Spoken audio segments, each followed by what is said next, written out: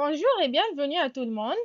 Aujourd'hui, je vais vous présenter la leçon du complément d'objet direct et le complément d'objet indirect. Je vais commencer par le complément d'objet direct, le COD. Le COD, ou bien le complément d'objet direct, se rattache directement au verbe sans préposition. Alors, on ne trouve pas de préposition lorsqu'on a un complément d'objet direct. Il sert à compléter les verbes transitifs directs que j'ai expliqués dans la leçon des verbes, les types des verbes. Il répond à la question qu'est-ce que, qui est-ce que, qui et quoi. On va prendre des exemples pour bien comprendre le complément d'objet direct. Premier exemple, qui est-ce que tu cherches? La réponse, je cherche mon père. Ici, on a posé la question par qui est-ce que et on a trouvé que la réponse est sous forme d'un complément d'objet direct. Dans cette phrase, on a le complément d'objet direct, c'est mon père. Deuxième exemple, qu'est-ce que vous mangez? La réponse, nous mangeons les fruits.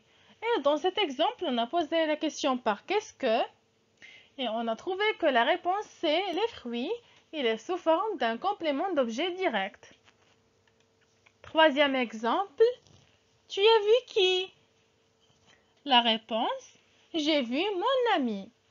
Et dans cet exemple, on a posé la question par qui et on a trouvé que la réponse est sous forme du complément d'objet direct, mon ami.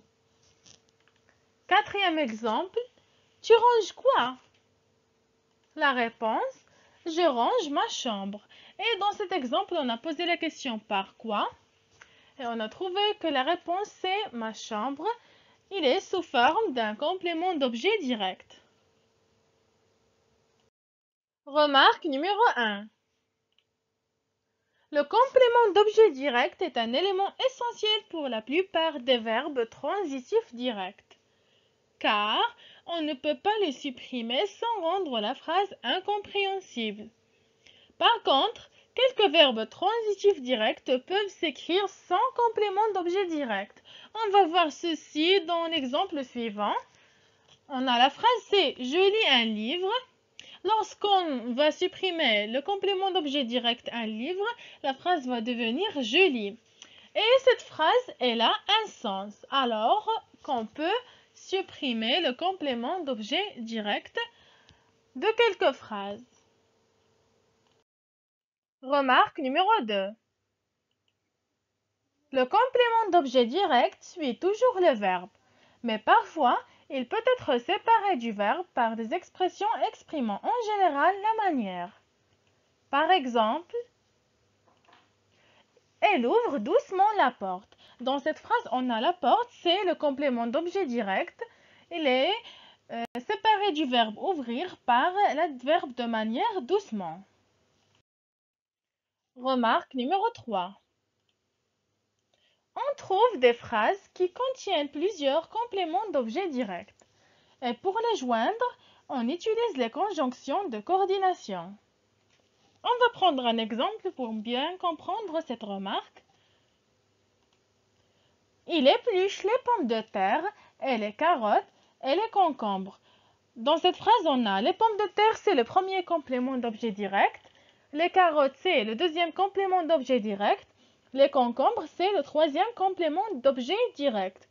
Et on a relié entre ces compléments d'objet direct par la conjonction de coordination et. Le complément d'objet direct peut être un nom propre. Par exemple, j'ai rencontré Myriam. Dans cette phrase, on a Myriam, c'est le complément d'objet direct. Il est sous forme d'un nom propre. Un groupe nominal. Amine range ses affaires. Dans cette phrase, on a ses affaires et le complément d'objet direct. Un pronom qui se place avant le verbe. Par exemple, le chien l'a mordu. Dans cette phrase, on a l'apostrophe, c'est le complément d'objet direct. Il est placé avant le verbe. Un verbe à l'infinitif, par exemple, elle aime voyager. On a ici le complément d'objet direct, c'est voyager. et une proposition. Par exemple, je vois que Linda est malade. On a dans cette phrase Linda est malade, c'est le complément d'objet direct. Remarque numéro 4. Il y a des groupes nominaux compléments d'objet direct qui sont introduits par des déterminants partitifs. Les déterminants partitifs sont de la, du et des, qui indiquent la quantité. On va prendre un exemple pour bien comprendre cette remarque. J'ai acheté du pain. Dans cette phrase, on a le complément d'objet direct, c'est du pain. Il est introduit par le déterminant partitif du. On passe maintenant au complément d'objet indirect, le COI. Le complément d'objet indirect est séparé du verbe par une préposition. Il sert à compléter les verbes transitifs indirects. Il répond à la question à qui, à quoi, de quoi, avec quoi et ainsi de suite. On va prendre des exemples pour bien comprendre le complément d'objet indirect. Premier exemple, à qui appartient ce livre? La réponse sur cette question c'est ce livre appartient à Linda.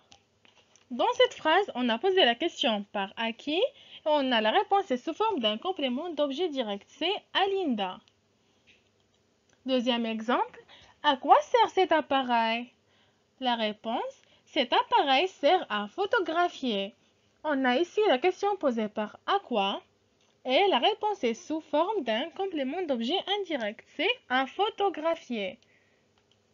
Troisième exemple, de qui parles-tu? La réponse, je parle de son ami. On a ici la question posée par de qui et la réponse est un complément d'objet indirect. On a ici le complément d'objet indirect, c'est de son ami.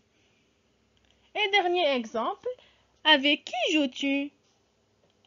La réponse, je joue avec ma sœur.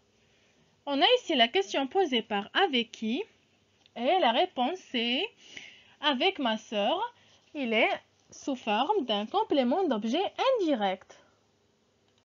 Remarque numéro 1. Le complément d'objet indirect est un élément essentiel pour la plupart des verbes transitifs indirects, car on ne peut pas le supprimer sans rendre la phrase incompréhensible. Exemple, elle pense à sa chatte. Dans cette phrase, on a à sa chatte, c'est le complément d'objet indirect. Lorsqu'on le supprime, la phrase devient elle pense. Et cette phrase n'a pas de sens.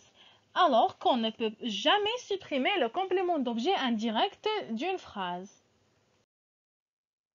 Le complément d'objet indirect peut être un nom propre.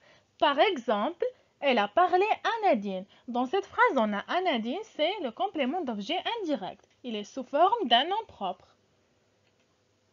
Un groupe nominal, par exemple, il a rêvé de son père. Et dans cette phrase, on a de son père, c'est le complément d'objet indirect. Il est sous forme d'un groupe nominal. Un pronom qui se place avant le verbe, par exemple, je vous ai dit bonsoir. Et dans cette phrase, on a vous, c'est le complément d'objet indirect.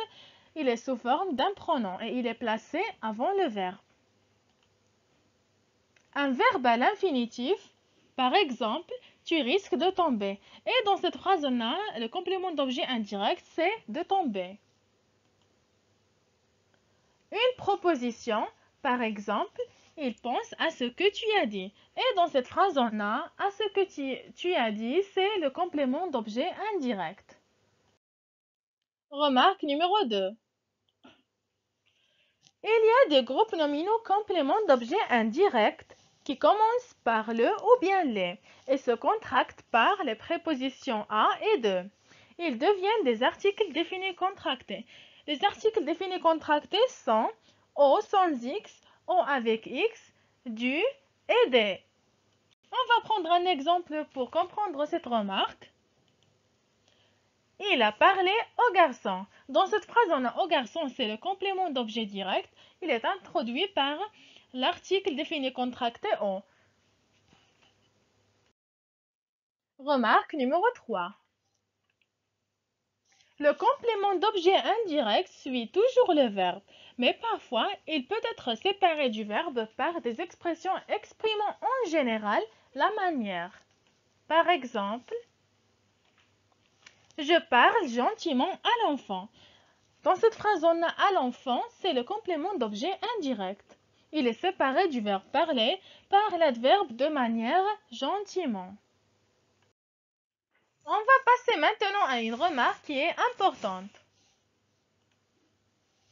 Un même verbe peut être transitif direct et transitif indirect. On va voir ceci dans l'exemple suivant.